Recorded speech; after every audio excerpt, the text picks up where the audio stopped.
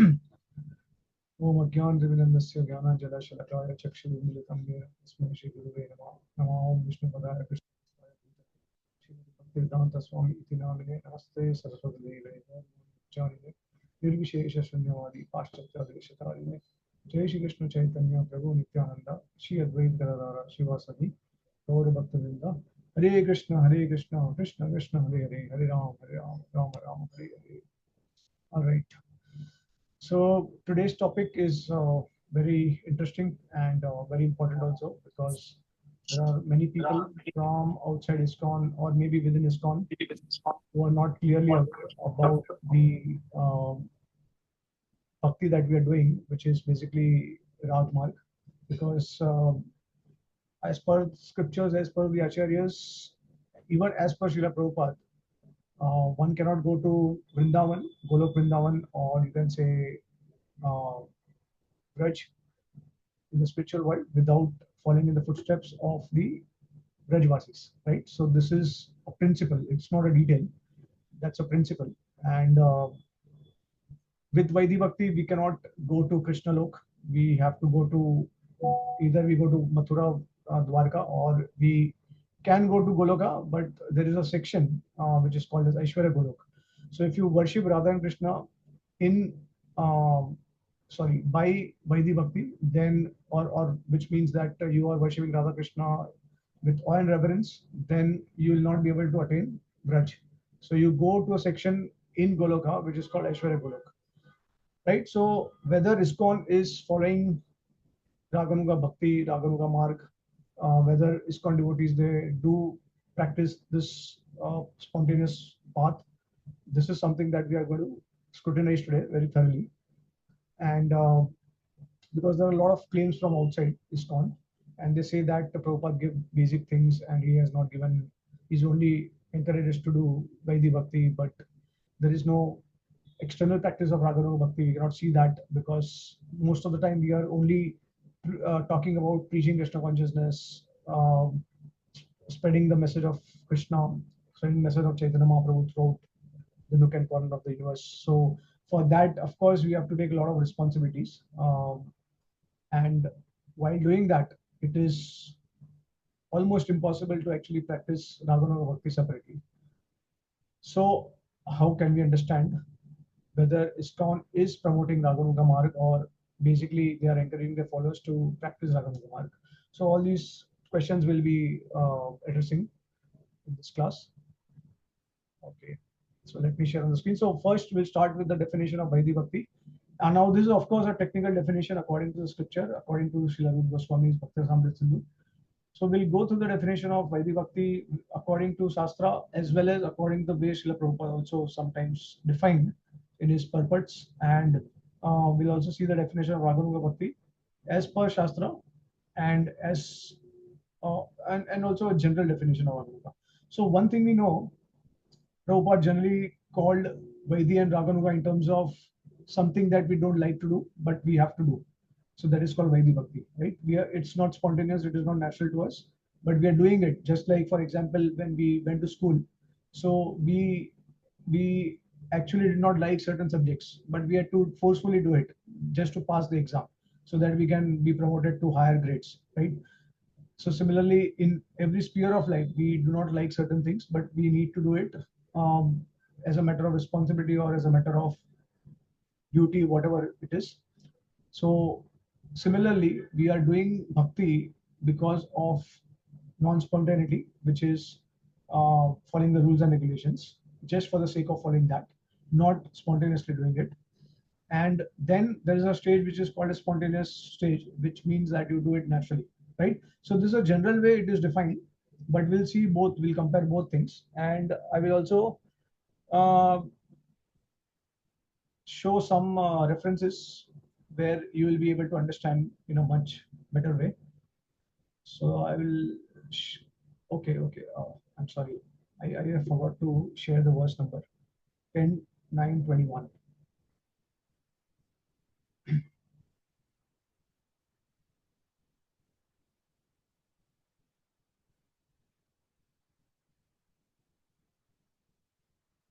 Okay. So this particular verse I have selected because Prabhupada has given a purport which is very relevant to today's discussion. So let's go ahead. So reading from 10th canto, 9th chapter, verse number 21.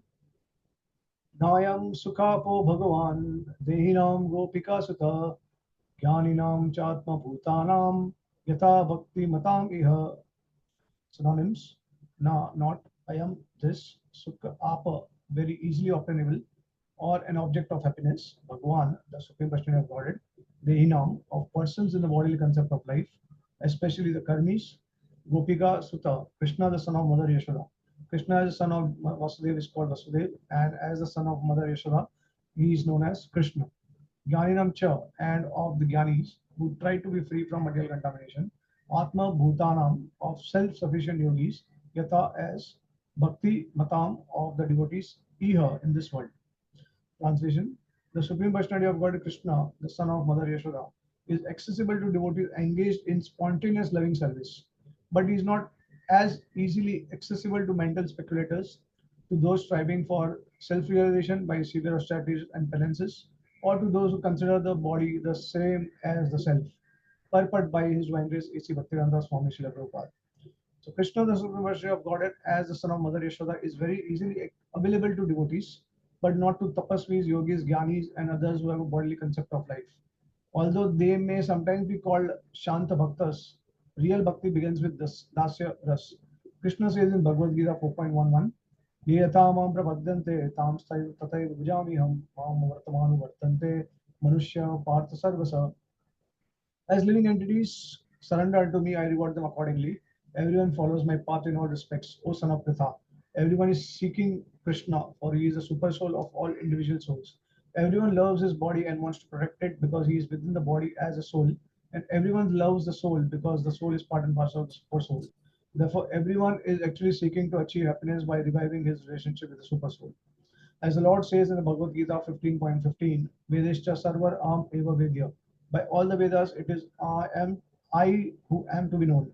Therefore, the karmis, jnanis, yogis, and saintly persons are all seeking Krishna. But by following the footsteps of devotees who are in direct relationship with Krishna, especially the inhabitants of Vrindavan, one can reach the supreme position of associating with Krishna. As it is said, Vrindavanam parityaja padam ekam nagachati. Krishna does not leave Vrindavan even for a moment. The Vrindavan Masis, Mother Yashoda, Krishna's friends, and Krishna's conjugal lovers, the younger gopis with whom he dances, have very intimate relationships with Krishna. And if one follows the footsteps of these devotees, Krishna is available. Although the Nityasiddha expansions of Krishna always remain with Krishna, if those engage in sadhana siddhi, following in the footsteps of Krishna's Nitya Siddha associates, such sadhana siddhas can also attain can easily attain Krishna without difficulty. But there are those who are attached to bodily concepts of life. Lord Brahma and Lord Shiva, for example, have very prestigious positions, and thus they have the sense of being very exalted Ishwaras. In other words, because Lord Brahma and Lord Shiva are Gunavatars and have exalted positions, they have some small sense of being like Krishna. But the pure devotees who inhabit Vrindavan do not possess any bodily conception. They are fully dedicated to the service of the Lord in sublime affection, prema. Sri Chaitanya Mahaprabhu has therefore recommended prema pumartha mahan. The highest perfection of life is prema, pure love in relationship with Krishna. And Mother Yashoda appears to be the topmost devotees who have attained this perfection. All right, so Srila Prabhupada ki jai. Okay, so here Prabhupada is actually encouraging all the devotees to follow in the footsteps of Vrindavan, Rajvasis. And this is also Srila Prabhupada's mood, right from the beginning to the end of his pastimes in this uh, earthly manifestation. So we'll see that how Prabhupada is actually again and again encouraging us to follow in the footsteps of the Vrajvasis, and how Srila Prabhupada himself was the Mahabhagavat, was a resident of Vrindavan, Braj, and this is also shared by Yamuna Mataji. So we'll go through all that. So now I'll be sharing the definition of Vaidhi Bhakti.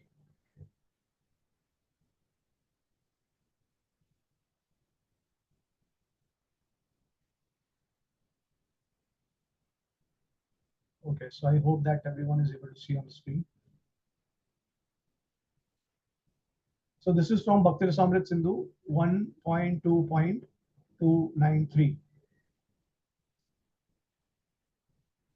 Vaida Bhakti Adhikari to Bhava virbhavana vadhi atra shastram tatha tarkam anukulam apekshate. Translation: those qualified for Vaidhi Bhakti are dependent on the rules of scripture and favorable use of logic until the appearance.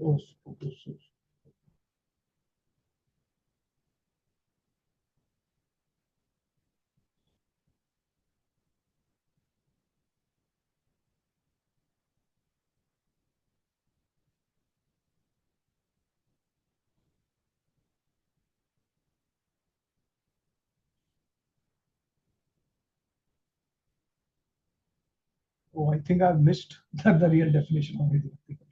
I have started with the qualification for Vaidhi Bhakti.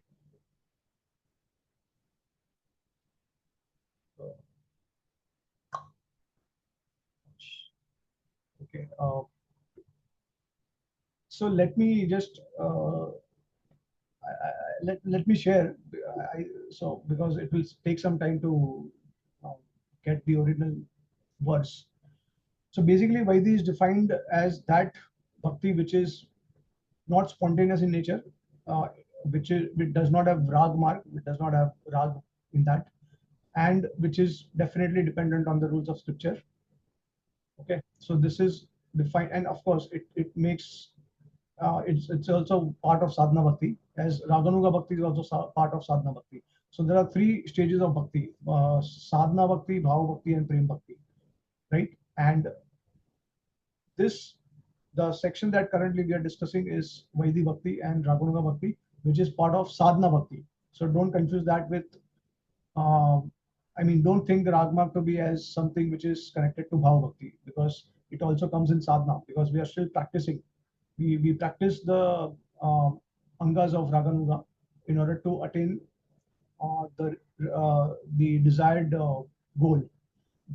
Basically, that's Krishna in Vrindavan. Okay, so it's part of sadhana. Now, this is what the definition of Vaidhi Bhakti says, that so now you see this definition includes a negative connotation, which means that Vaidhi is defined that which does not have rag. Okay, so wherever there is no rag, it is called Vaidhi, which means that wherever there is no spontaneous devotion, that will be automatically be called as Vaidhi Bhakti. And what is Vaidhi Bhakti? Basically, it depends on the rules of scriptures, rules and regulations. Of course, it is with awe and reverence. So, with a lot of respect, you worship the Lord. Okay, thinking yourself as servant and him as master, or maybe in certain relationships with Krishna also, you may worship Krishna in a particular rasa, but it will be mixed with awe and reverence. So this is basically Vaidhi Bhakti. Okay. Now, what is the qualification of Vaidhi Bhakti? It is what is mentioned here, that those qualified for Vaidhi Bhakti are dependent on the rules of scripture and favorable use of logic until the appearance of Bhav Bhakti.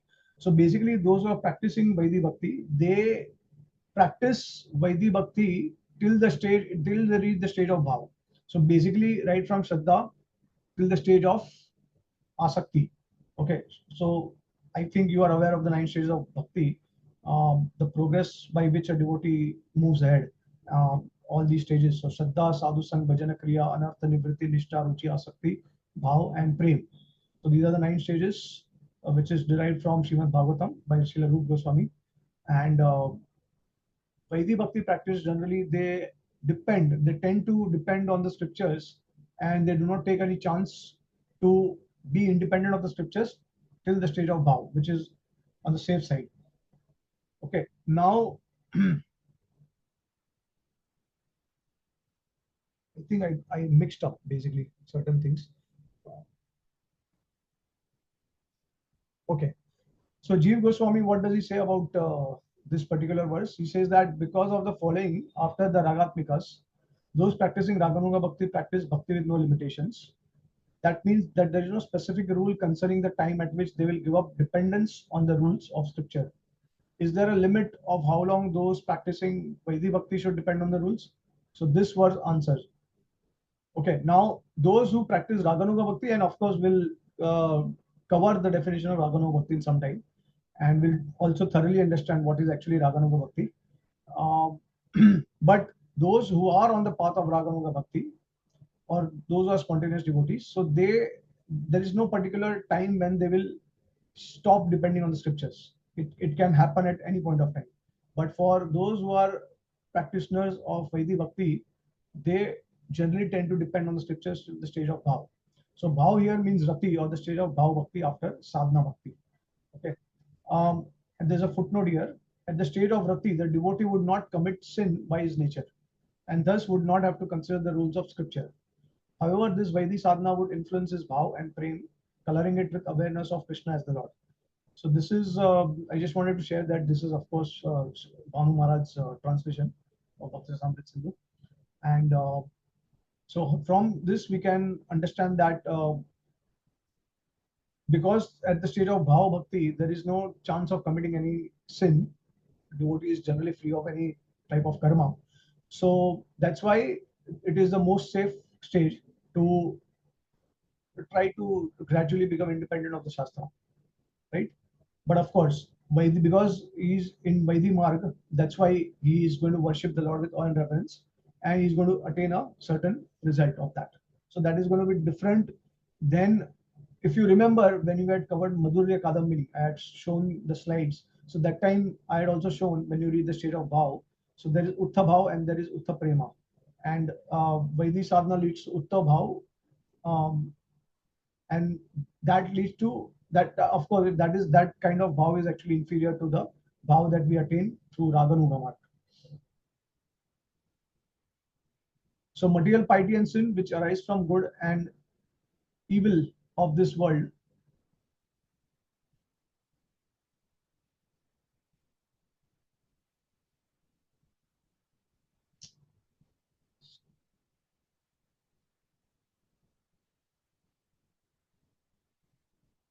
yeah material piety and sin which arise from the good and evil of this world, rules and regulations cannot exist within my unalloyed devotees, bhav bhaktas, who, being free from material hankering,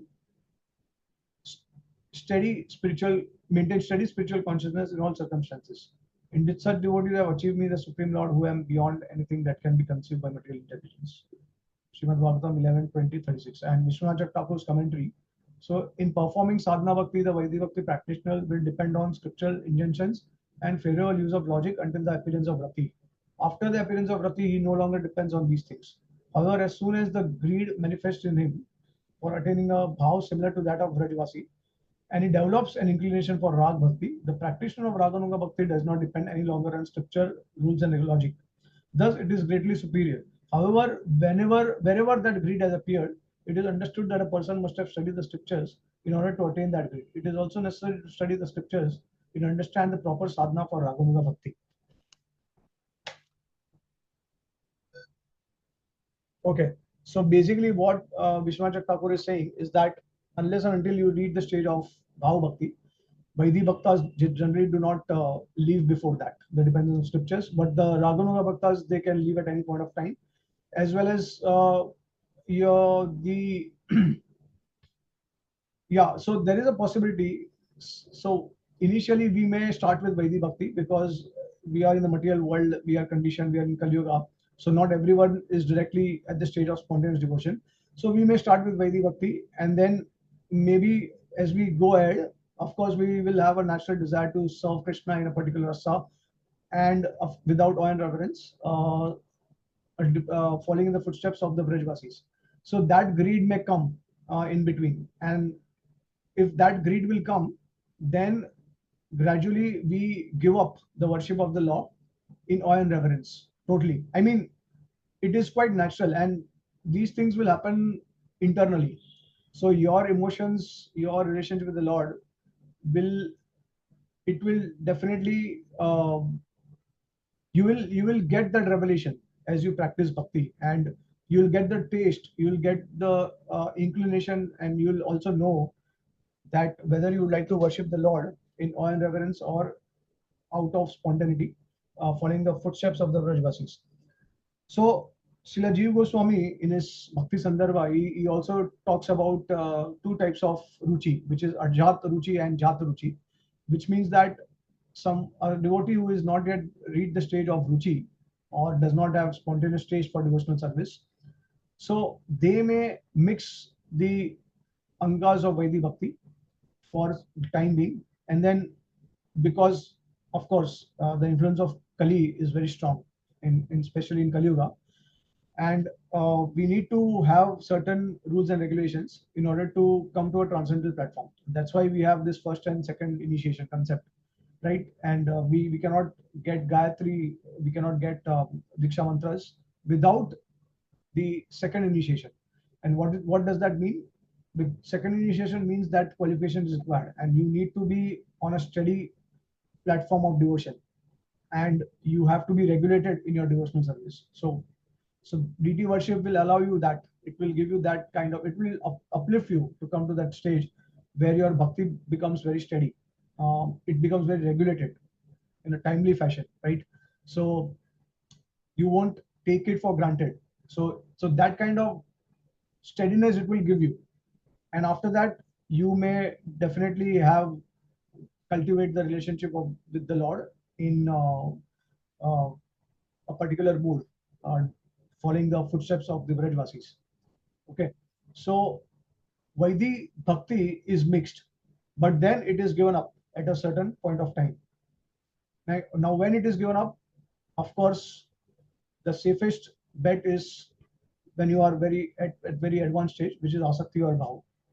Because at Bhav stage, you realize the Lord. You can actually see the Lord, perceive the Lord, and your body becomes spiritualized.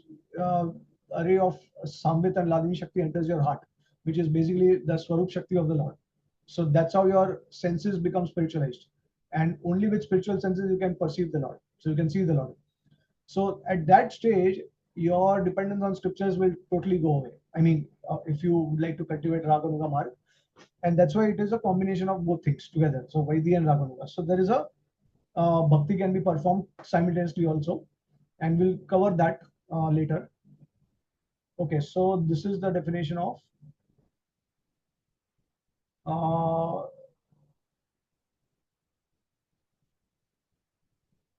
this is the okay. So this is, we have already spoken about Vaidhi Bhakti. Now let's see the definition of Raganuga Bhakti. Okay, I forgot to mention about the general definition of Vaidhi Bhakti.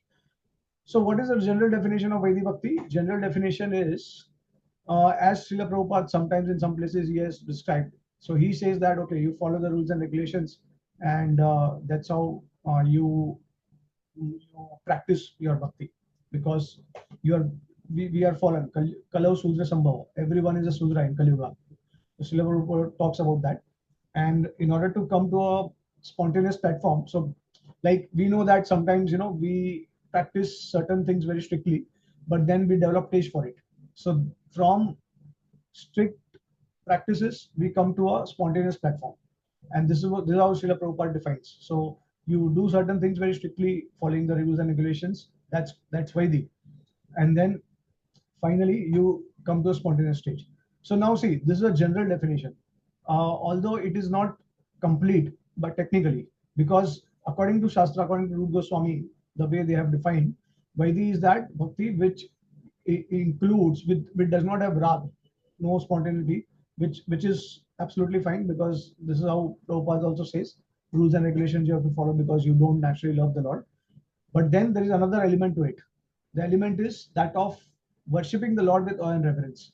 Okay, so that element, if that continues, so now even Vaidhi Bhaktas also, when they progress from the state of Shraddha and all the way up to Asakti and Bhav, when they come to the state of Bhav, of course, after the stage of Anartha Nivritti, Nishtha, Ruchi, Asakti, these are all spontaneous devotion. So Vaidhi Bhaktas also, they also have spontaneous devotion. It's not that they cannot have spontaneous devotion. And this is also the way Raganuga is defined by Srila Prabhupada in some places, which says that it is spontaneous, but it is not giving the complete definition. Okay. So spontaneous devotion does not necessarily mean that you are following the footsteps of the Vrajvasis. That is the difference.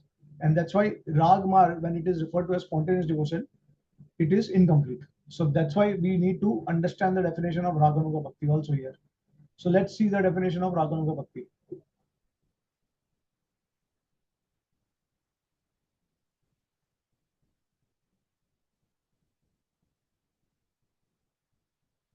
Okay.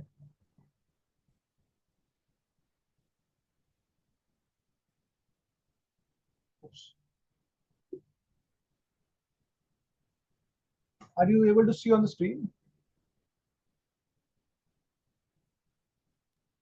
Yes, you're able to see on the Okay. screen. All right.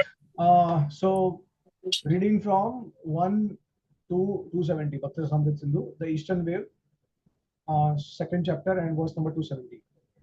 Virajantim अभिव्यक्तां रजवासी जनादिषु रागात्मिकं मिकाम् अनुष्ठिता यासा रागानुच्यते उच्यते. Translation: Raganuga Bhakti is defined as that bhakti which follows after the Ragatmika Bhakti found distinctively in the inhabitants of Raj. So this is the definition of Raganuga Bhakti. Actually, the technical definition of Raganuga Bhakti. So it includes, of course, spontaneous devotion is definitely there, but that is also there in Vaidhi Bhakti.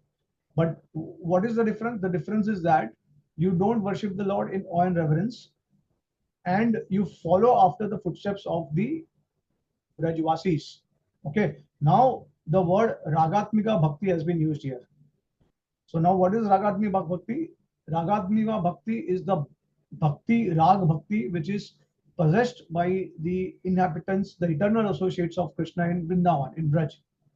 Okay. Now I am specifically using the word Vrindavan and Braj. I am not using Goloka because Mathura and Dwarka seems to be a part of Goloka. Okay. Sometimes it is said like that. Goloka includes Mathura as well as Dwarka. So it is very specifically clearly stated by Srila Rupa Goswami that found distinctively in the inhabitants of Vraj. Vrajvasi word is actually specifically used here to indicate that Raganuga Bhakti is only applicable for the residents of Vraj.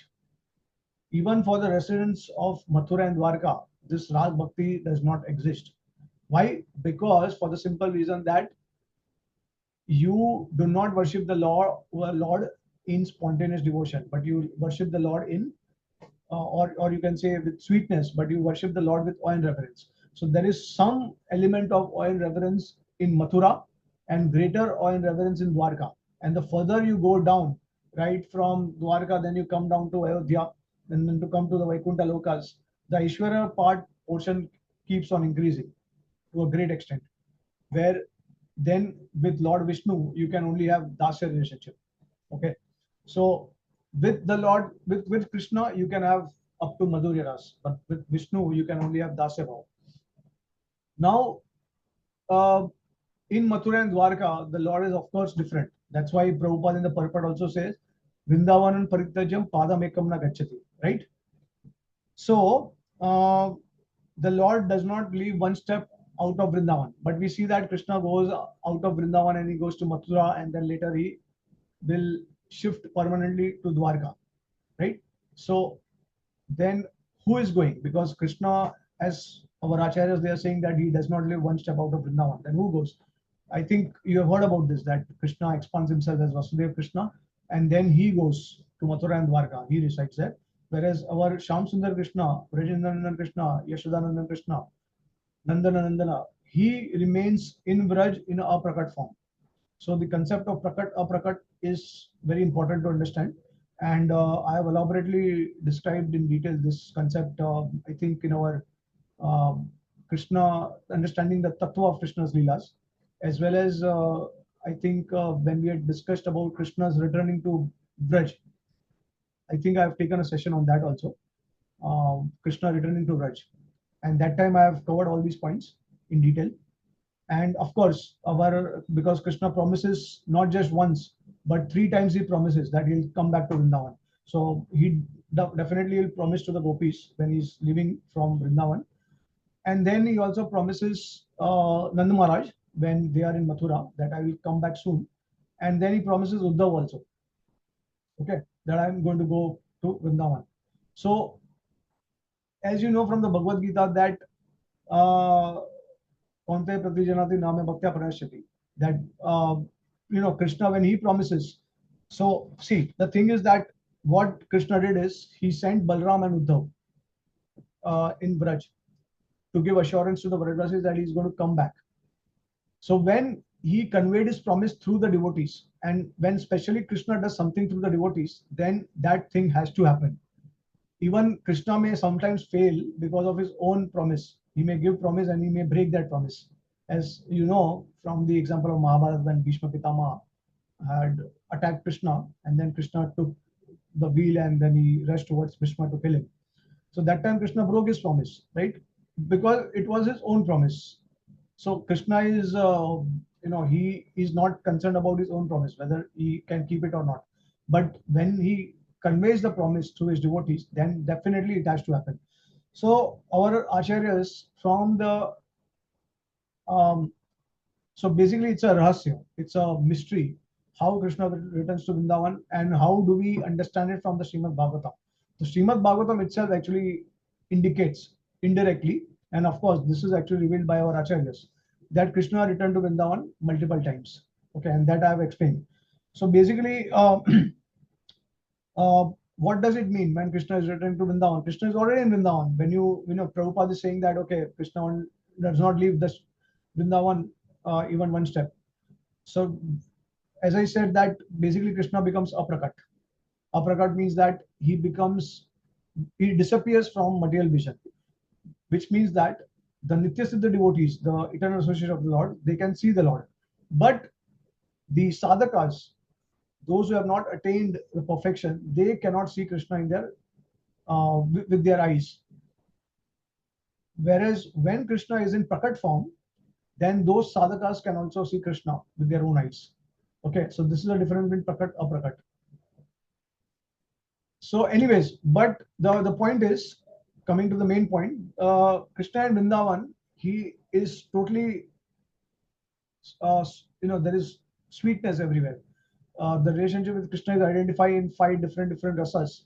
The Shanta ras is eliminated by Chaitanya Mahaprabhu because it does not involve active service. So it starts from Dasya, then it goes to Sakya, Vatsalya, and Madhurya. Now, of course, when you want to establish this kind of relationship with Krishna in Braj, then it has to be totally free from any kind of reverence, thinking that he's the master, he's the lord of the universe, or how can I worship him like this? How can I interact with the Lord like this? There needs to be some kind of reverence. So if you have that kind of feeling, then it is not possible to go to Braj. Then you will be going to somewhere else. Now, Vishwanath Thakur says that if you are specifically attracted to Radha and Krishna, the form of Radha and Krishna, but you worship Radha and Krishna with awe and reverence, then you go to a section in Goloka which is called as Golok, Aishwarya Golok. Okay, so there you can actually worship Radha and Krishna with awe and reverence. Whereas those who are in Madhurya, total Madhurya, they go to the original Vrindavan. Original in the sense that where Krishna is completely manifested in all his qualities. So that sweetness Krishna will exhibit in Vrindavan Braj, and that is sometimes called as Gokul. It is referred as Gokul by the acharyas. Okay, so so Raganuga Bhakti, one thing we clearly understand that it is exclusively following the footsteps of the Vrajvasis. No Mathura, no Dwarka, and that's why in as we'll go through one place, Vishwanath Thakur will also say that those who worship Krishna. Now, of course, if your worship is general, you are not specifically attached to Radha and Krishna. But if you want to have a relationship with Krishna with awe and reverence, then he says that these devotees will go to Dwarka. They will not go to Braj, because awe and reverence, and of course, because the concept of following the footsteps of the Brajvasis is absent in Mathura and Dwarka. Therefore, when you try to worship Krishna directly with awe and reverence, then you go to Dwarka. And then, of course, if you want to worship Lord Ram, then you worship Lord Ram with awe and reverence, you go to Ayodhya in the spiritual world. And similarly, you go to Vaikuntha if you worship Lord Narayan. Okay, so as like Krishna says in the Bhagavad Gita, that ye tamam pravadante tam sadai bhajamyam. As you surrender, I reward you accordingly. So whatever bhav you have, whatever feelings you have for the Lord, that destination you will get. Okay, so let's continue ahead.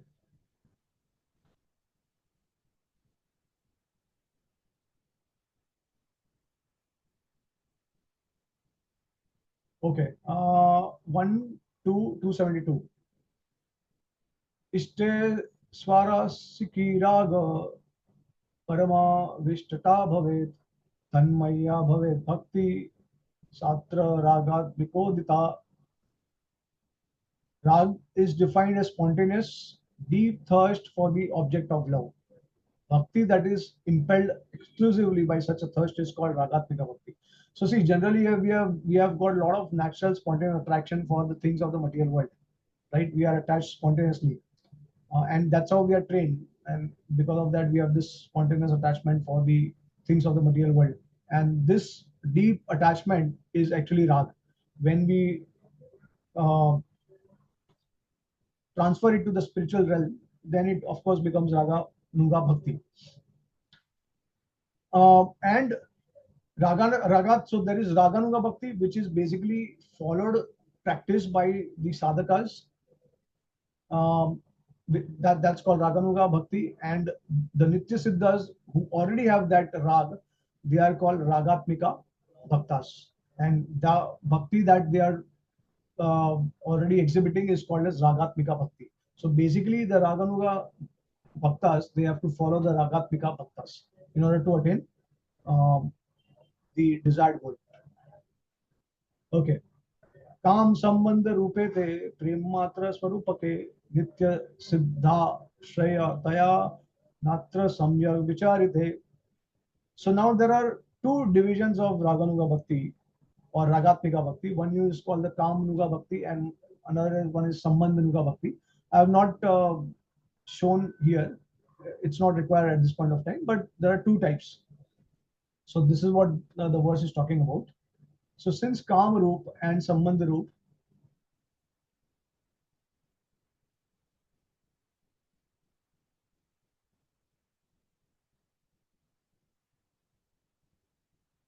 since Kamrup and Sambandharup Bhakti, which are caused by Prema alone, take shelter of the Nitya Siddhas, they have not been discussed in this section thoroughly. So see, here Rupa Goswami specifically mentions that where do you find this Ragatmika Bhakti? He says Kamrup and Sambandharupa Bhakti. Now what is Kam and Sambandharup? So Kamrup is basically the love of the gopis. Okay, Kam Rupa. Kam means lust, you can say like that. So who has the lust? Lust means, of course, the gopis, those who have conjugal relation with the Lord. So these are the gopis who have got lust, and their Ragatmika Bhakti is called Kam Rup Ragatmika Bhakti. Whereas Sambandha Rupa. Now, what is Sambandha Rupa? Sambandha Rupa means what, like whichever relation you have with the Lord, apart from Kamanuga, but you worship the Lord in that relation without reverence. So that is basically Dasya, Sakya, Vatsalya. Okay, so of course Shanta also, but Shanta is not included. So that's why we have this three rasa that is representative of Sambandha Rupa Bhakti.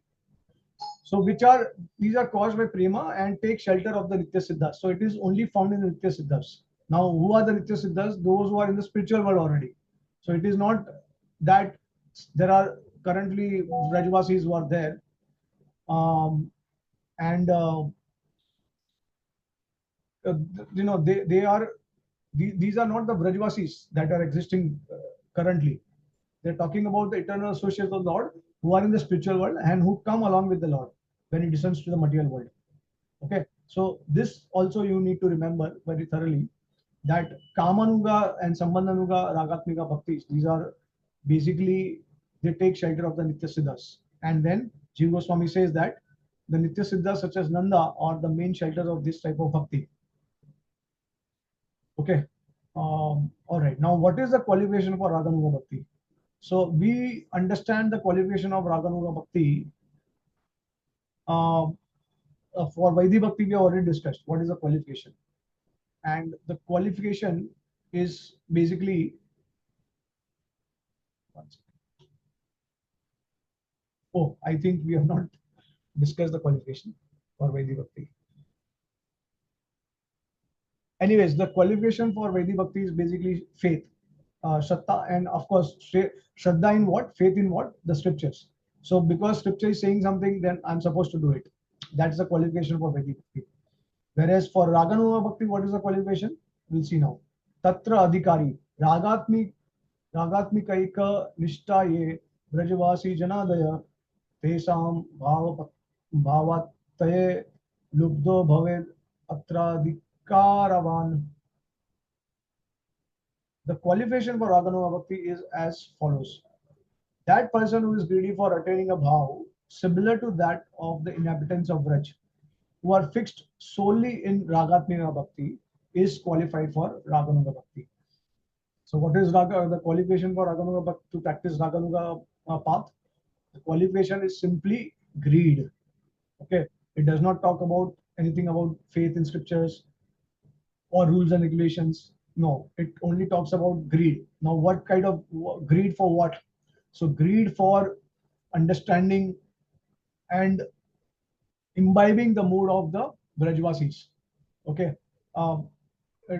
like you'll feel desperate to actually follow the footsteps of the Brajvasis. You'd like to have the same sentiments as that of the Brajvasis. So now, without practicing Rag, it is not possible to enter Braj. So this greed. Now the question is that at what stage this greed can come to us?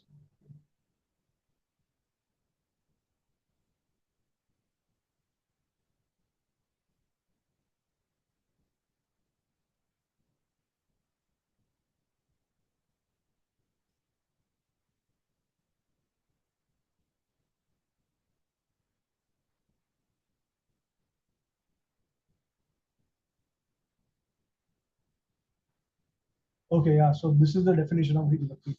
I think instead of putting it ahead, it went quite down. So, all right.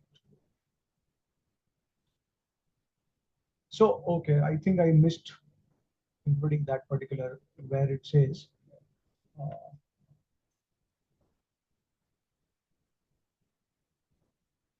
when the greed will occur.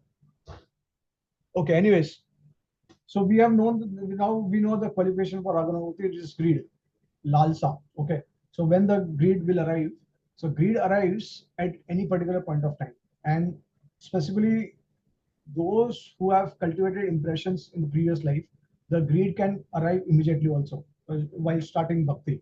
So uh, either you get because of the impression from the past life, you may be greedy right from the beginning, or you may attain greed at a particular point of time when you start hearing about the glories of the Vrajvasis.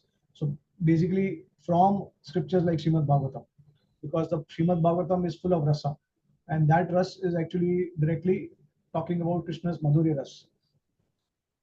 So it is encouraging everyone to take shelter of Krishna's Madhurya ras, sweetness, and develop relationship with Krishna in one of these four rasas. So hearing about the activities of the Vrajvasis, their relation with the Lord, what they do in the pastimes of the Lord, and how they behave, how they act. So by that inspiration, then we start developing greed. So we would like to know more about them, like to follow their sentiments. We become very greedy for that. Okay, so this is actually a particular point of time. It may just occur. It's not necessary that it has to occur at a particular point of time. It can occur at any point of time. So that needs to be understood. And now the question is that okay, even if I am greedy, if I get the greed, maybe from the previous life or at this point of time, I have got the greed, which meant intense desire to hear about them and to follow them. So when should we practice Raganuga Bhakti? This is the question. So for that, now what exactly we need to do in Raganuga Bhakti? So this is what I would like to share. And so this is mentioned in 294 verse. Srila Rupa Goswami's Bhakti Krishnam smaram janam chasya prishtam nija samihitam tat tat katha ratascha kuryad vasam braje sada. Remembering the Vrindavan form of Krishna and his dear associates who have inclinations for service similar to one's own, absorbing oneself in hearing topics related to them, one should always live in Braj. So what we need to do for Raganuga Bhakti, remember the form of Krishna in Vrindavan, not the form in Mathura and Dwarka, and his dear associates who have inclinations for similar service to one's own. So basically, see, the first thing that is going to be revealed to you when you practice bhakti, and if you have that greed, the first thing will be revealed to you is basically the rasa. So now, how do you know what is your ras? So Srila Prabhupada in his Chaitanya Charitamrita Adi Leela, he says one very important thing.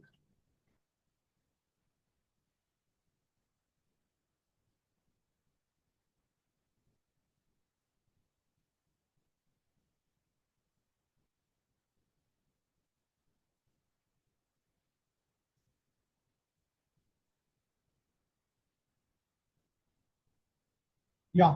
So this is Adi Leela 4.34.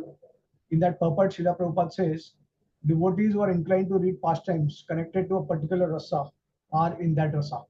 So when you start hearing about Krishna, when you start relishing Krishna Katha, then gradually you realize that at some point of time you would like to, you naturally love to hear the pastimes of Krishna with the gopis, or with Nanda Yashoda, or with Sakhas, or with his servants.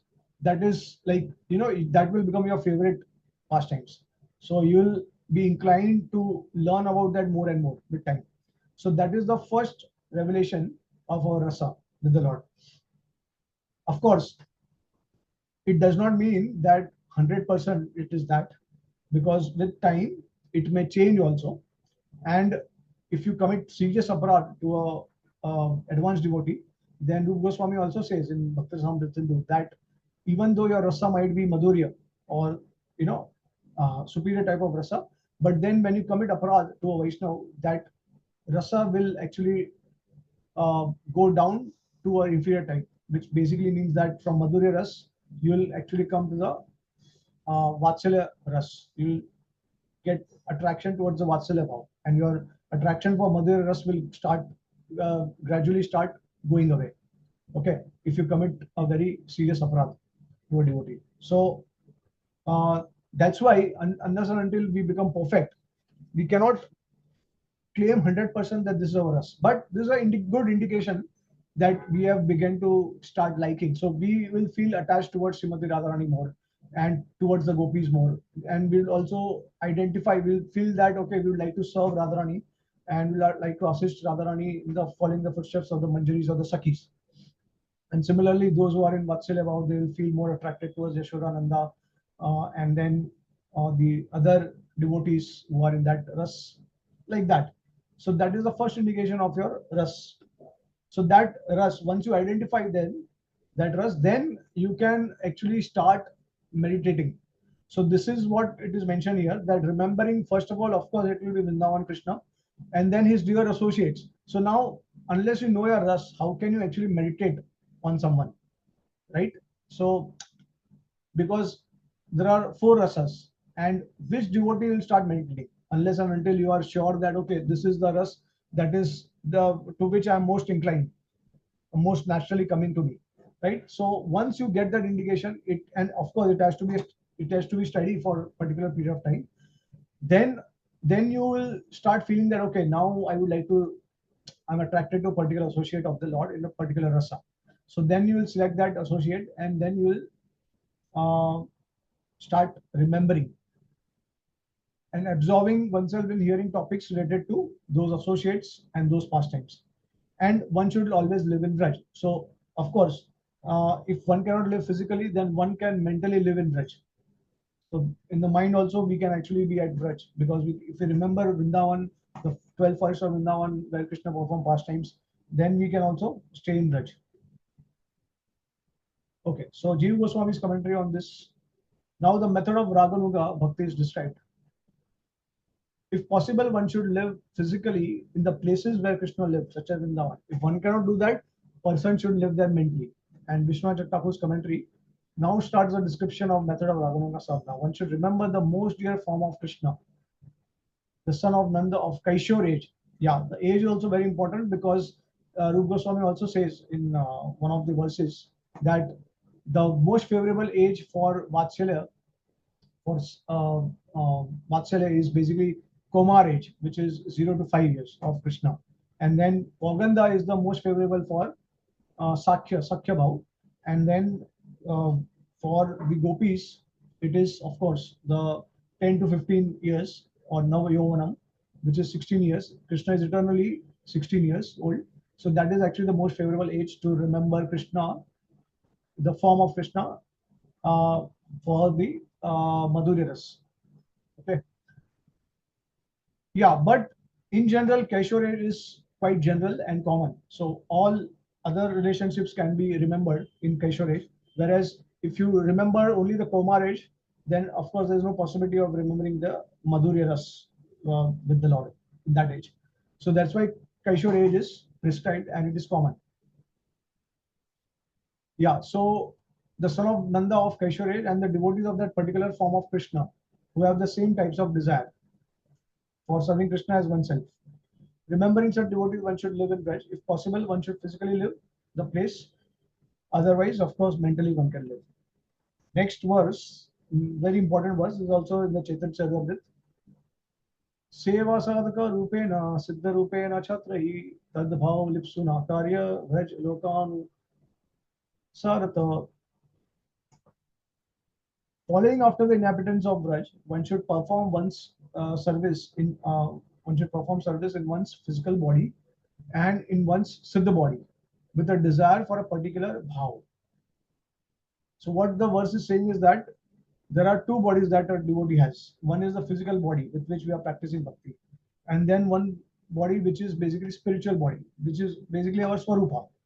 Okay, so while remembering, so we are remembering the pastimes associates of the Lord in a particular rasa, and so we also identify a particular body that we have. Now, of course, the body is not revealed to us totally, but let's, for example, if we realize that okay, we are in Madhuras and we are attracted to a particular associate like Rupa Manjari, so then we will also think that okay, we are one of the gopis, we are the servants of maid servants of or servant of Rup Manjari, and we like to hear about Rup Manjari, Anand Manjari, like the Manjaris, and cultivate similar sentiments. So basically, Siddha body is that body which is basically our Swarupa.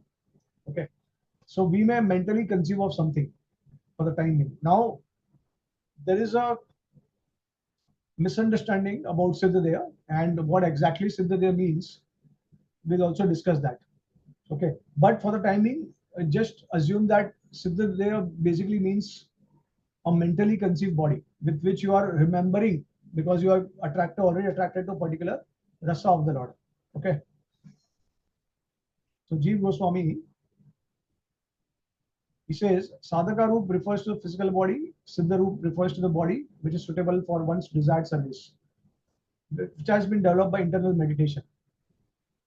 One serves with a desire for the particular bhav or rati of an associate of Krishna situated in Raj, Tad Bhav Lipsuna. One should follow in the footsteps of dear associates of Krishna in Raj Loka, and others loyal to them.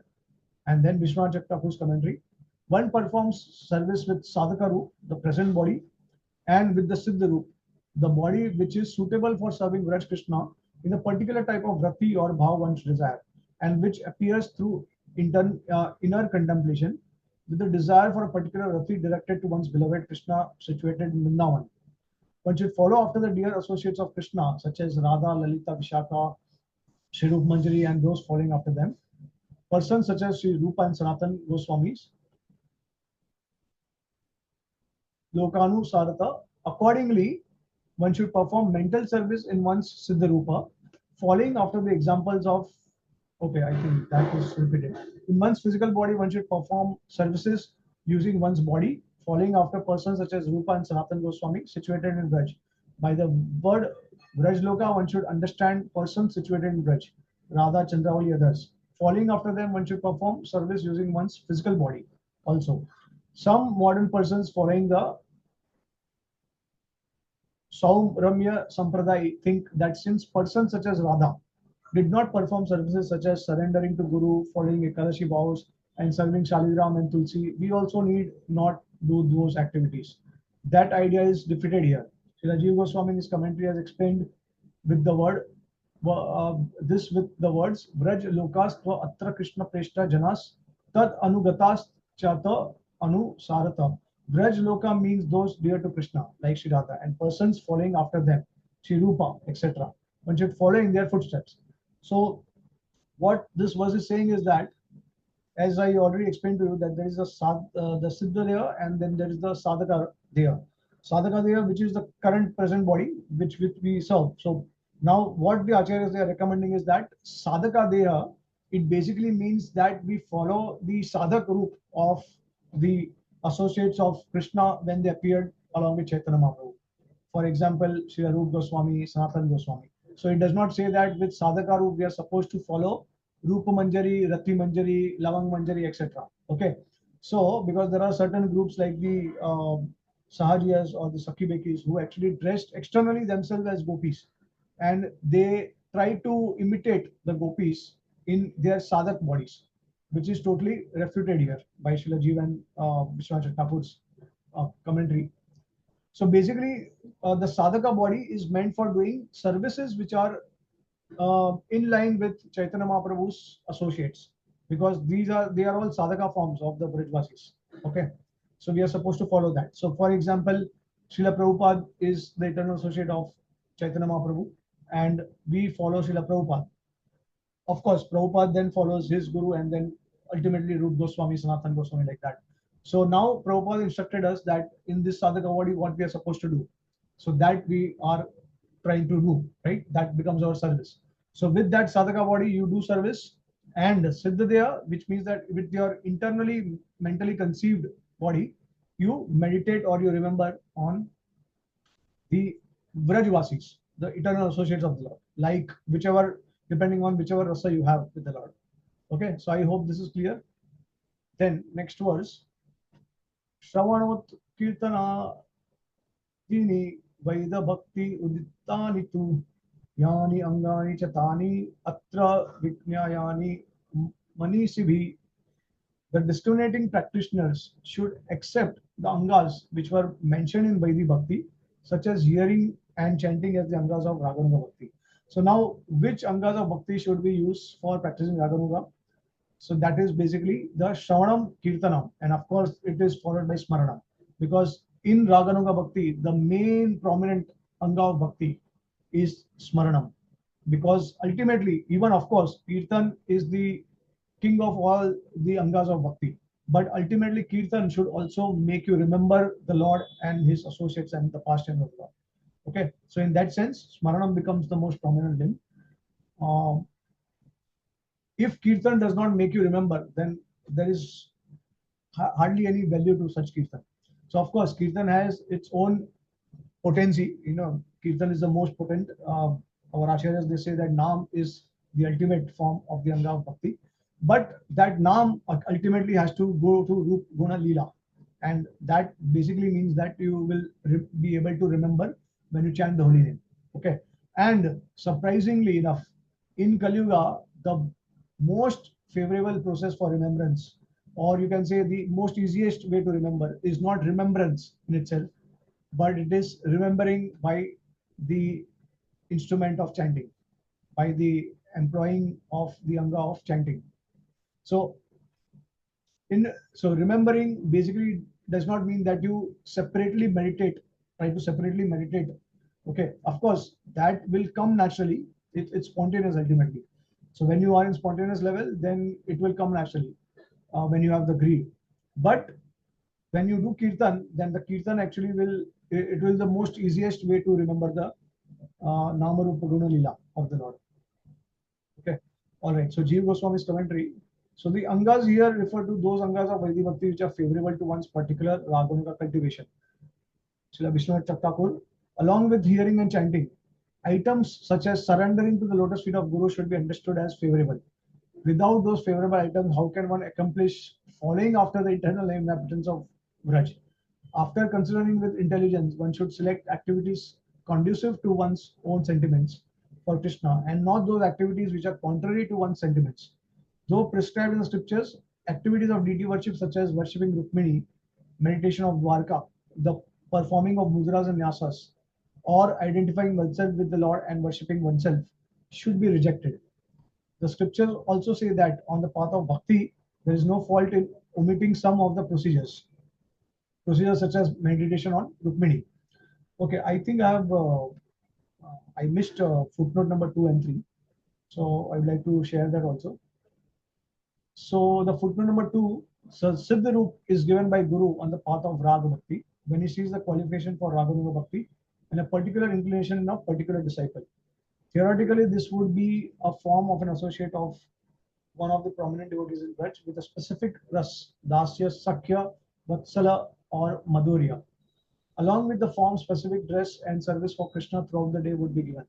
However, forms of Manjaris, assistant to the Sukhis of Radha, seem to be most prominent forms given. The details are given in works like Srila Gopal Guru Goswami's, Gyanchandra Goswami, and Vishwanath Thakur's works. So basically, what it is saying is that the Siddhadeya that we are talking about is basically, I mean, of course, it does not now after Bhakti Siddhanta Thakur and Srila Prabhupada's time, this was not implemented. It was kind of rejected because what was happening is that in the name of spontaneous devotion and they were these gurus, they were actually addicted to many sinful habits. So there's no question, or the disciples, they were addicted to sinful habits. So there's no question of giving these disciples some body which is eternal or spiritual in nature. Okay, that actually is it's an offense to the process of bhakti, the path of bhakti.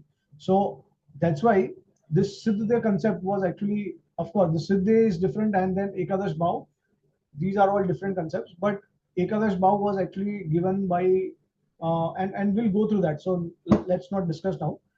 There is the esoteric part and there is the exoteric part. So external part and the internal part, and in that part will when we go through that, I will also talk about Ekadash Bhavs and the Siddha, what is exactly meant by Siddha there, because it can be defined in different ways. So in general, Siddha there is a mentally conceived body which basically will expedite the process of Raganuga Bhakti. Okay, and it's of course it is not necessary to have Siddhadeha in because the Vaikuntha Vasis, they without any Siddhadeha they anyways get a spiritual form. So in Ragmarg also Siddhadeha is only meant to expedite the process. It is not necessary to actually mentally conceive a Siddhadeha, but it can expedite the process. So generally, it is given by a guru who actually is, of course, a guru has to be a sadguru. He has to be uh, well qualified, and he has to be at a certain stage of bhakti to be able to recognize that you can say like asakti, at the state of asakti or bhav or prem bhakta, who can actually recognize the rasa of the disciple, and accordingly he can uh, bestow that siddha roop, or he can suggest practicing on a particular rasa with a particular body. So this is generally given by a guru. Okay, and then of course then there are the Ekadash Bhavs, the 11 uh, characteristics of a particular body of the Siddhadeya, like the dress, the age, the complexion, and all these things, the service and all. So this will cover later on, but this is how the guru actually will indicate to the disciple. That's okay. This is of course the disciple has to also express some kind of inclination for the same rasa that the guru is feeling the disciple is suitable for or qualified for. So then the disciple can start practicing meditating on that Siddhadeya. And the third footnote says the idea here is it is simultaneous in Raganuga Bhakti, not at the same instant, but during the same period. For instance, for some hours he'll meditate and rest of the day he'll chant, read, and do DT services. So basically, it's a combination of multiple services that one can do, and one can also mix because as a sadhaka, we are also supposed to render some different services like DT worship, or we need to read and do some regulated services. So that can be done, and then some time can also be given directly to the meditation process, to smaranam, like that.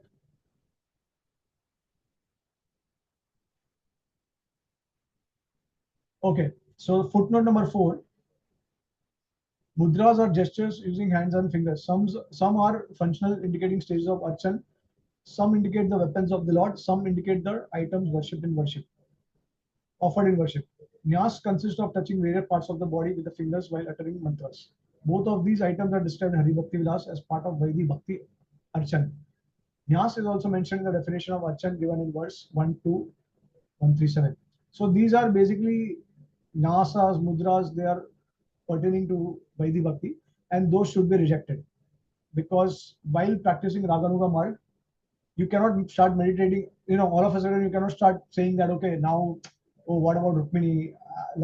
I'm really biased towards Brajvasis. I should show some sympathy for Rukmini and let me start meditating on Rukmini also. That's not possible. That's Rasabhas.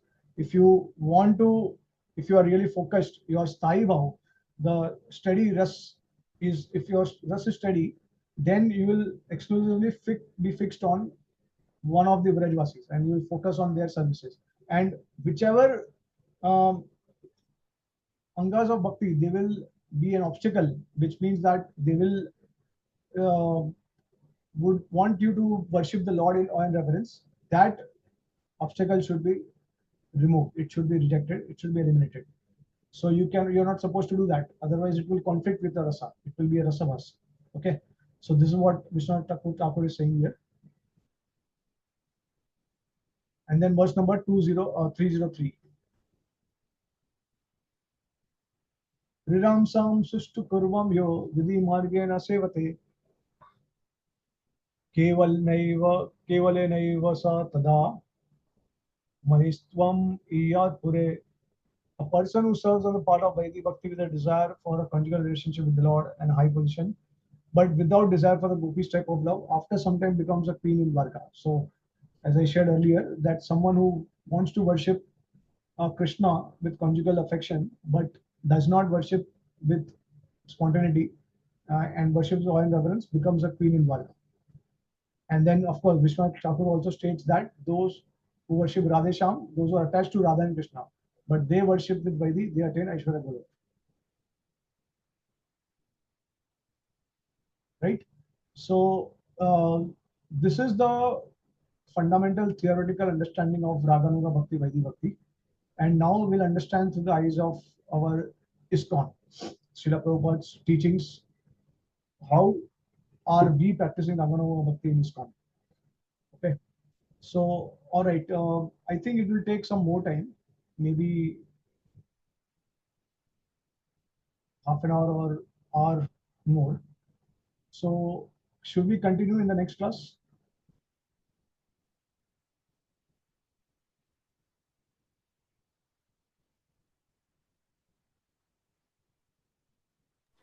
Hare Krishna Prabhuji, this is Geeta. Thank you so much for this very, very descriptive and information, knowledge about the whole, all the bhaktis in D. It's very honestly I'm relatively new, so for me it is a lot. So I don't know about others, but I'm ready to do it next time.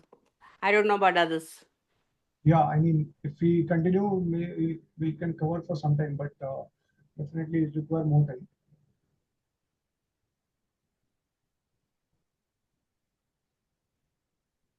Yeah, we can. Yeah. Thank you, Prabhuji. Hare Krishna Prabhuji. Thank you so much for this wonderful class. Yeah, Maninder Prabhu, you want to say something? No, I was just saying that it was a good class actually. So yeah, we can continue next time also. I agree. Yeah, if somebody has any questions, we can take that now. Yeah, because it's 8:45 here now, so it's working day. So. Yeah, okay. Let's take questions, and yeah, we can maybe. I mean, the main part of this entire, the reason we are discussing Raganuga Bhakti is to relate that with ISKCON and how we are doing it in ISKCON. That's the main part. So we can cover that next time. But yeah, so if there are any questions, let's take or any comments. Hare Krishna Prabhuji, Mandala Pranam to you. Srila Prabhupada ki Jai, Guru Maharaj ki Jai. So Prabhuji, thank you so much for your discourse. Raganuga Bhakti is like what we practice, right? So our Guru Maharajas also practice Raganuga Bhakti, or they reach a point where, why this question came to my mind is because I'd heard that Srila Prabhupada, about Srila Prabhupada that, somebody was Prabhupada was not chanting, but from his body, from his back, they heard that the chanting was going on continuously. I don't know whether it's I'm saying it rightly, but like continuously you hear chanting from his back. There were some devotees who observed that. So it's like spontaneously going on. So is that true with our his disciples also? We can understand like that, or they also have to practice like us? Well, this I think not related to the context, but one thing I can say is that Prabhupada was a Nityasiddha, and those who are Nityasiddhas who come from the spiritual world, so they, of course, they can chant constantly, and because their body is spiritual, so spiritual body can do multiple things at the same time, and it's a constant process for them. They always remember Krishna, so they're in one sense they are always chanting the name. So Nitya Siddha it is possible, but those who are not at the stage of Nitya Siddha, and our gurus may not be Nitya Siddhas. I mean, of course, we don't know that. If there are some of our gurus who are Nitya Siddhas, it may be possible. But if they're not, then they are also, at a particular stage of bhakti, maybe asakti or maybe samat bhav or prem. We don't know that. But generally, it requires at least the stage of bhav to chant the name constantly, or the body has to be spiritual. If you internally would like to chant the name constantly, then it has to be spiritual. And it has to be cannot be done in a low stage of bhakti. So I assume it can happen at the stage of bhav, at least at the stage of bhav. Thank you, Prabhuji. And also, there is a constant fear in the mind that like, what if we don't finish our 16 rounds today, or when we fall sick, or something or the other. There's a fear we carry. Sometimes can't chant in the morning. Then it's a busy schedule. We have to take out time. Is there a good fear, or is it we should, make sure that Fear of what? Fear that we will not be able to chant the rounds, or we'll miss the rounds today. We'll not be able to do a rounds complete or something like that. Always constant fear is there. Is there a good fear, or it's not a good fear to have? Yeah, I mean, of course, I mean, so there are two reasons why you fear. One is that because you struggle to chant the names, that's one type of fear. And other is that you are always cautious of Maya and you have that fear. So Prabhupada encouraged the second type of fear. He said that the devotee should always be cautious of Maya. In fact, Prabhupada himself actually, in his own personal example, he one time this disciple, he told one disciple that do you know why I cannot fall from Krishna consciousness? And the disciple asked, yeah, Prabhupada, why? And then Prabhupada said that because every day I pray to Krishna that kindly protect me. Of course, that's his humanity, and he's also teaching others that we have to, as devotees, no matter whatever stage of advancement, we should always pray for the protection of the Lord. So we should always pray that we are protected from Maya. So that fear is good. But yeah, if there is a fear that, oh, tomorrow I will not be able to chant, or um, you know, or I will chant less rounds, then it means that a devotee is not steady in their bhakti, and they are fearful of that position. So, yeah. So I wanted to know if devotees they have any questions related to the content that we have covered till now.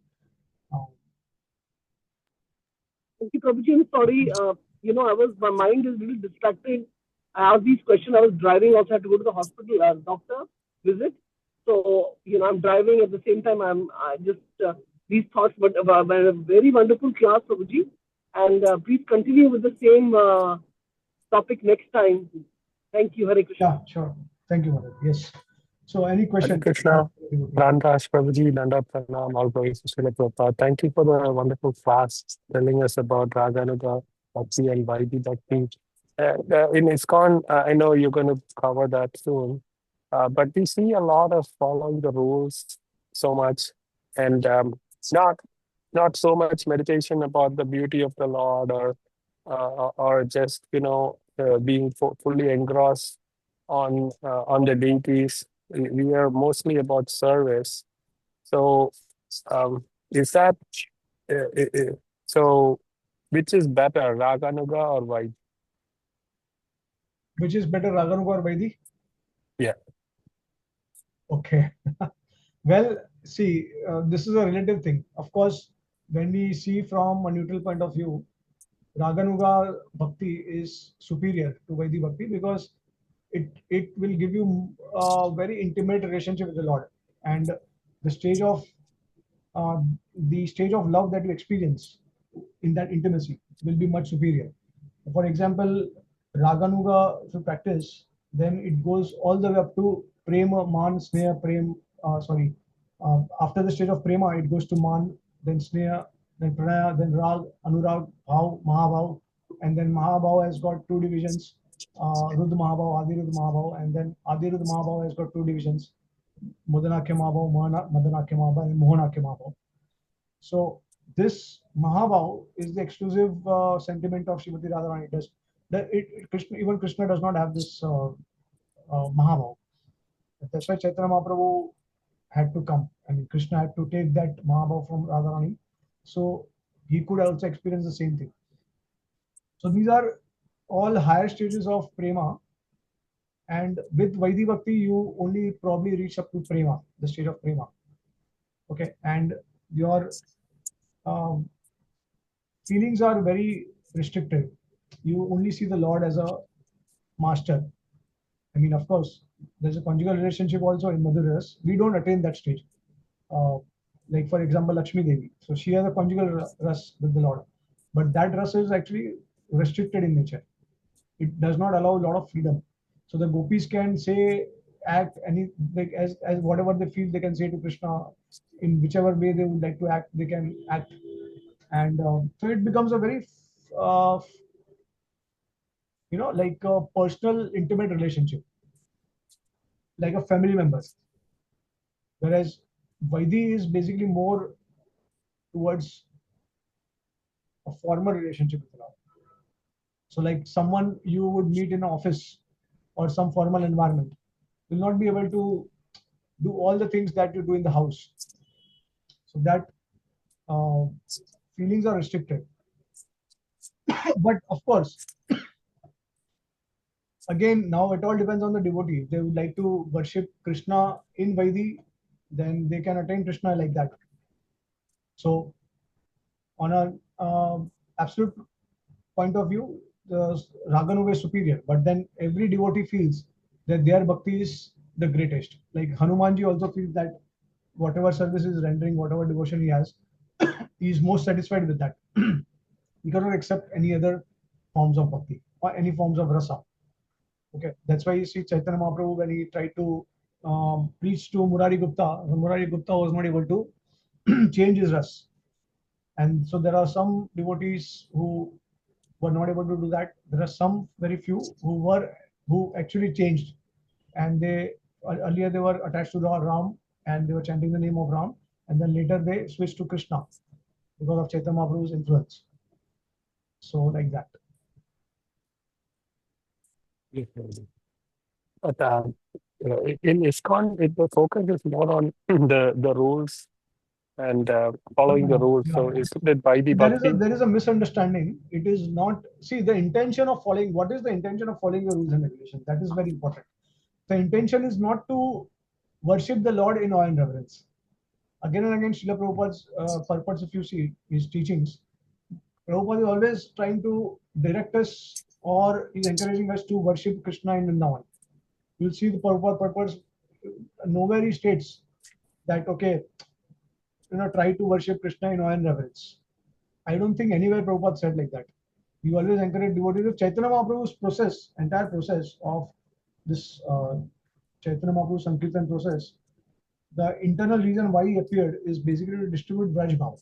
This is what we are going to discuss now, later on. That Vraj Ras, he was actually not satisfied. Krishna was not satisfied because of Vaidhi Bhakti.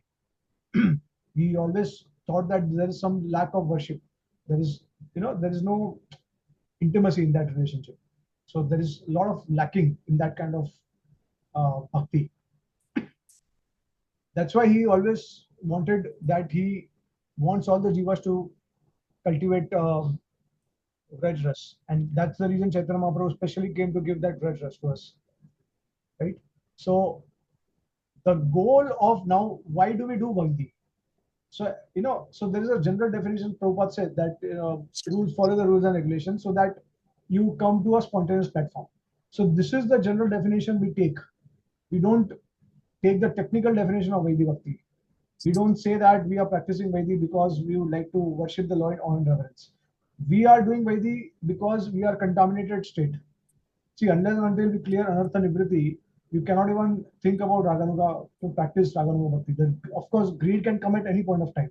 It can come right at the beginning, at the state of Shraddha, Sadhu Sang, Bhajana Kriya. But whether you can practice Raganuga Bhakti at this stage, that's where the qualification comes in. And Prabhupada says that unless and until you are free from material contamination, you cannot think about that. So we'll discuss all these things later in the next class. But just to summarize, so the goal of ISKCON, the goal to practice Vaidhi Bhakti, is to come to a spontaneous level, which means get free from anarthas and come to a stage where we develop that greed to attain Radha and Krishna in Braj in a particular ras of Vrindavan. Okay, so I hope it makes sense.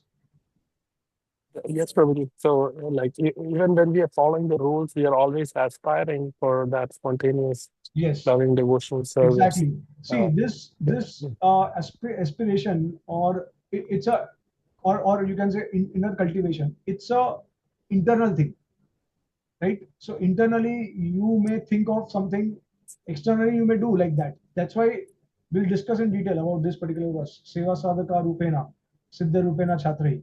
That Rupa Goswami is saying that what a sadhaka is supposed to do and what he's supposed to do in his siddha body. Now, following the footsteps of Rupa Goswami, Sanatana Goswami means Rupa Goswami did a lot of regulative activities also. He was, our acharyas also, externally they do a lot of regulative activities. I mean, taking sannyas itself is actually varnashram, part of varnashram. Why did Prabhupada take sannyas? He could have directly been a Paramahamsa, and he could have, he's transcended to the varna and ashramas. But Prabhupada taking sannyas means externally he's accepted a renounced order. So that's to, so that he's setting an example so that the followers will accept that, because we are all conditioned souls. So these things are very important because it's Kali Yuga and we are all Sudras, and we have a lot of material contaminations, we have a lot of bad habits. In order to overcome those bad habits, we are actually, the Acharyas, they have suggested a combination of Vaidhi and Raganuga. So not technically that we are doing Vaidhi, but it's just an instrument so that we come to a spontaneous level and we get rid of all the sinful habits or bad habits or contamination. That's it. So this is also the goal of ISKCON. That's what we'll see now later on. Thank you so much, Prabhuji. Hare Krishna. Yeah, so like for Hare Krishna, example, Prabhuji. just one example I would like to give. So let's say, for example, you are worshipping the deities. Now, what are you thinking when you worship the deities? That's the discriminating point between Vaidhi and Raganuga. If you feel that, oh, my Lord, oh my God, I should worship the Lord, I should offer arti, I should offer food, everything belongs to the Lord, and I have to do it, as a matter of my respect and obligation to Him. If you are thinking like that, that means you are going in the wrong direction. You are basically cultivating Vaidhi Bhakti because you are thinking Krishna to be your master.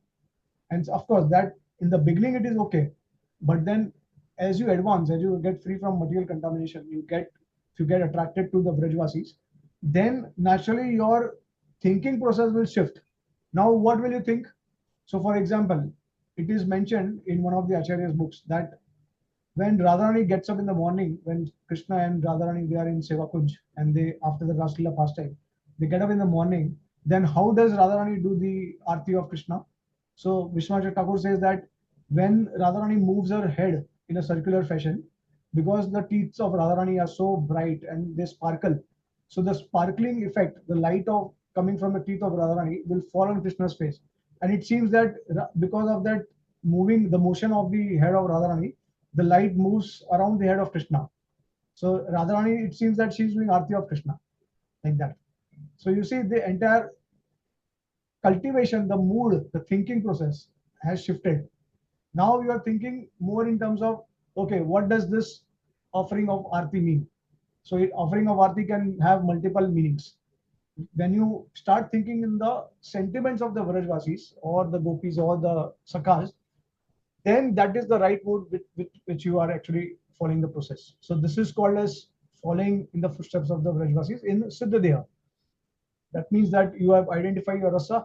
Okay, that okay, you are most inclined, you love this particular rasa, and then you start thinking about the associates of the Lord, and you start thinking into everything in terms of this now. So whatever external also you do, even if you are doing some Vaidhi practices, rules and regulations you follow, that also you'll connect to spontaneous Raganuga mark, like that. I hope this makes a lot of sense. Yes, Prabhuji. Thank you very much. Okay. Yeah, Hare Krishna Prabhuji. I have two quick questions. One is, so Yashoda Maiya's bhav is very, very unique, right? And is that so? That's different from most of us. And very few like Putana, or I mean, even though God granted her that position. So I just wanted to tell you, Prabhuji, that yes, it's good to compartmentalize, as we are learning, but many times, like I've noticed in my case, and I'm very fresh and new in this whole thing, but if the bhav comes automatically without thinking, and it's by God's grace, actually. I'm quite surprised that in my case, I don't want to say in this forum, but the bhav comes, and I'm very surprised how that thought came in my mind, that I'm looking at the Lord in a particular way. And so I don't know, it's most also God's grace also, even if you don't make an effort, that's what I feel. But yeah, it's good to know all this, what you're thinking at that, because one should be aware of what one is thinking at the time of prayers to the deity, yeah, and make a conscious effort. That's important. But also God's grace it's a combination, right, Prabhuji? Yeah, definitely. You're right in that. And so, of course, it can come naturally to us, but at least in the beginning stages, it should not be disclosed openly. And at the same time, it has to be steady over the years. So, how do you really know whether it's your mental conception or whether you are really feeling like that? Okay. So, Yeah. that has to be steady. It has to be constant for as you move ahead in bhakti.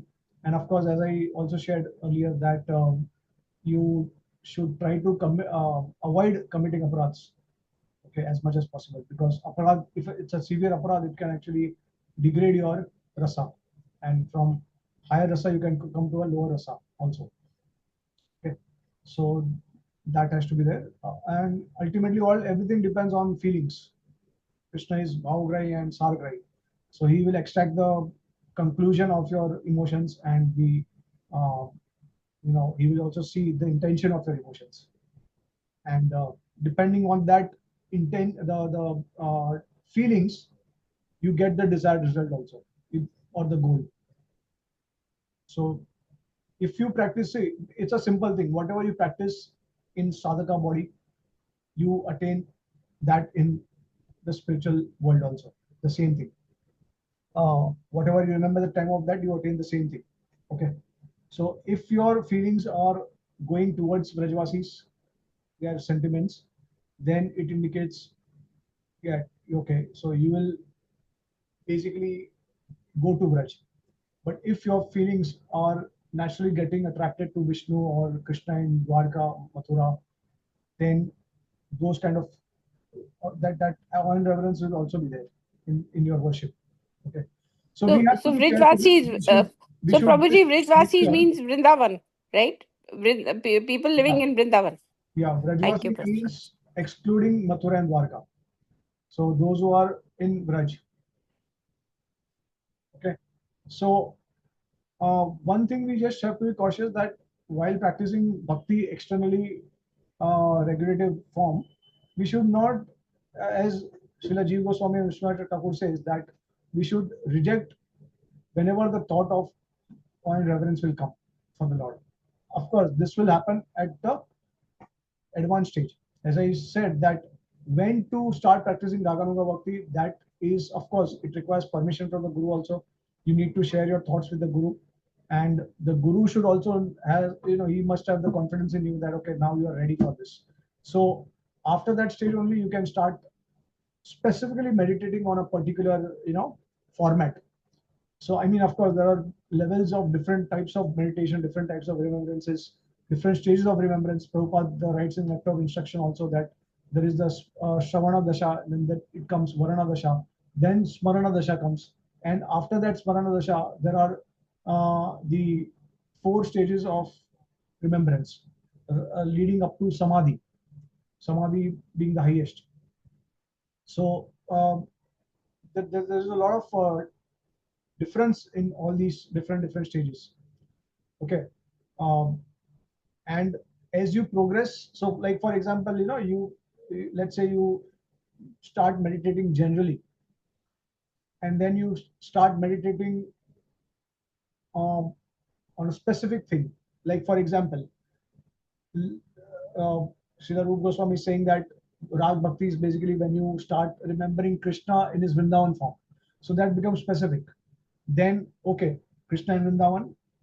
And one thing you must have noticed that everywhere Srila Prabhupada established the worship of Radha and Krishna. Although he did say that our worship has to be like Lakshmi Narayan, they should be in Radha Krishna should be worshipped like Lakshmi Narayan, the temple. But that is just to make us cautious in our worship, because in the name of spontaneous greed, we may take it for granted. We may take things very cheaply, and we may not be qualified, but we start imitating certain things. So that will be the cause of our fall down, and we can become Sahajiya also. In order to avoid all these things, Prabhupada said that, okay, let's worship Radha Krishna in the temples, as because temple worship is meant for everyone. It is not for you only, right? Your home deity worship, it may be a bit different, but in the temple you worship, I mean, the Sringar and everything is kind of very opulent, right? So that way Prabhupada suggested, but of course Prabhupada ultimately wanted that we come to the spontaneous platform. Yeah, so we have to be cautious at the right time, and of course we need to know when we need to start meditating. So there are different stages of meditation. We get specific, and then the more the meditation becomes intense, then we spend more time on meditation. Remembrance comes naturally for a longer duration of time. You will be able to remember, and then you will remember a specific form of the Lord with a specific pastime, with specific rasa. So these are all the developments of that stages. Okay, and finally you reach the state of Samadhi, where you attain the state of Bhav or prem, like that.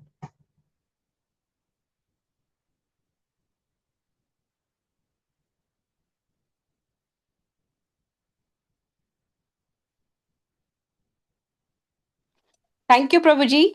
Do we have a list of the apradhs? List of what? Apradh. Any, so that we know what. 10 offenses to the holy name. You can Google it and you'll get, I mean, this is something Okay.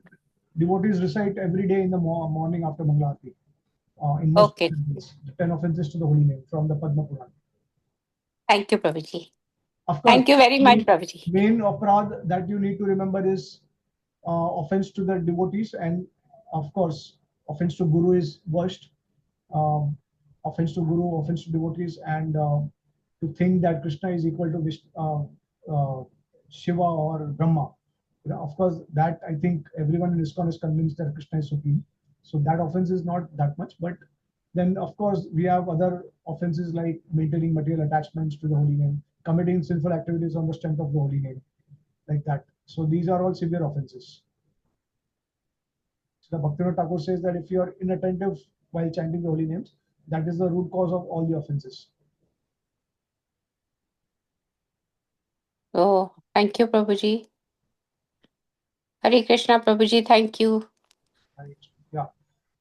Yeah. So Srila Bhakti Siddhanta Saraswati Thakur says that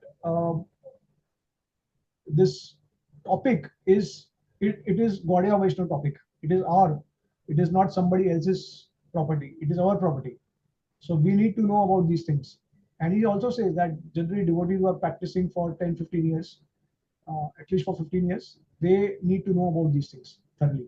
So, yeah, I mean, I assume that our devotees also in the group, they are practicing for a good amount of time. And that's why I chose this topic. I think most of the devotees are initiated also. So it's very important to know these concepts.